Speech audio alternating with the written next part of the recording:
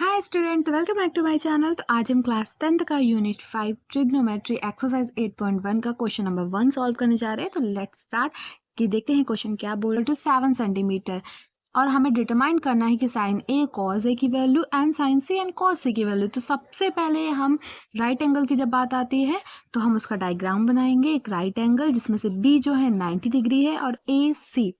तो हमने सबसे पहले उसकी डायग्राम बना ली और उसको नेमिंग कर दी ABC। अब हम लोग जो उसमें गिवन है वो सबसे पहले पुट करेंगे कि AB की वैल्यू और BC की वैल्यू, और हमें पता जो है। राइट अब एंगल की देखिए, जो सामने वाला जस्ट साइड होती है वो हमेशा हाइपोटेनस होती है, ये बात को आप याद रखिएगा। तो बी जो है हमारा दिया है कि जो राइट एंगल बी पर है 90 डिग्री, उसके सामने वाला हाइपोटेनस होगा। अब आप ये बताइए कि इसमें से बेस कौन है और परपेंडिकुलर कौन है। ज़्यादातर बच्चे यही गलती करते हैं कि बेस जो 90 डिग्री जो नीचे वाला बेस ले लेंगे AB को, और जो BC है वो परपेंडिकुलर। तो इसमें भी कुछ रूल्स होते हैं कि हमें कब बेस यही लेना है, कब परपेंडिकुलर उसको लेना है।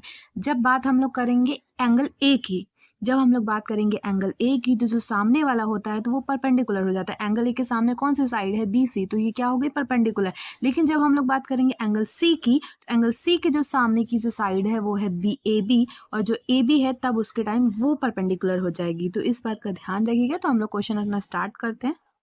तो हमें हाइपोटेनस फाउंड आउट करने के लिए हमें फॉर्मूला लगाएंगे, हाइपोटेनस का square is equal to base का स्क्वायर प्लस परपेंडिकुलर का स्क्वायर।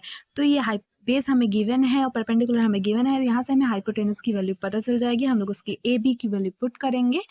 तो देखिए, स्क्वायर अगर हम लोग निकालेंगे, 24 का स्क्वायर 576 होता है और 7 का स्क्वायर आ जाएगा 49। तो अब जब स्क्वायर निकला है इनको ऐड करेंगे, जब इन्हें ऐड करेंगे हम तो इसकी वैल्यू आएगी 625, और 625 आ गई है। अब AC का जो स्क्वायर था उसको अगर उस साइड लेके जाएंगे तो वो एक अंडर रूट में चेंज हो जाएगा। तो 625 के ऊपर अंडर रूट लगेगा। तो हमें पता है कि 625 किसका स्क्वायर होता है, 25 का। या तो अब वहाँ से हमें वैल्यू AC की निकल आती है 25। तो हमें हाइपोटेनस पता चल गया 25 है, बेस हमारा 24 है, और जो परपेंडिकुलर है वो 7 सेंटीमीटर है। तो हमें अब साइन और कॉज ए की वैल्यू पता करनी है। तो उसके लिए भी वो होता है फॉर्मूला। तो साइन के लिए सबसे पहले क्या होता है, तो यहाँ पर PBP HHB होता है। जो P/H है तो सबसे पहले साइन का होता है, फिर कॉस का होता है और फिर टैन का होता है। तो P/H perpendicular upon hypotenuse sign का है, बेस अपॉन हाइपोटेनस कॉस का है, और परपेंडिकुलर अपॉन बेस टैन का होगा। तो हमें साइन ए की वैल्यू पता करनी है। तो हम लोग फॉर्मूला लगाएंगे, sine A is equal to P upon मतलब परपेंडिकुलर अपॉन हाइपोटेनस। तो हमारा साइन ए के अकॉर्डिंग, सुनिएगा ऐसा सही से, साइन ए के अकॉर्डिंग बेस क्या होगा, हमारा AB होगा और परपेंडिकुलर BC होगा। तो परपेंडिकुलर लिखना है, परपेंडिकुलर 7 सेंटीमीटर है और हाइपोटेनस हमारा 25 सेंटीमीटर हो गया। तो साइन ए की वैल्यू क्या आई, 7/25। ऐसे ही हम लोग कॉज ए की वैल्यू निकालेंगे। कॉज ए का फॉर्मूला क्या है, बेस अपॉन हाइपोटेनस।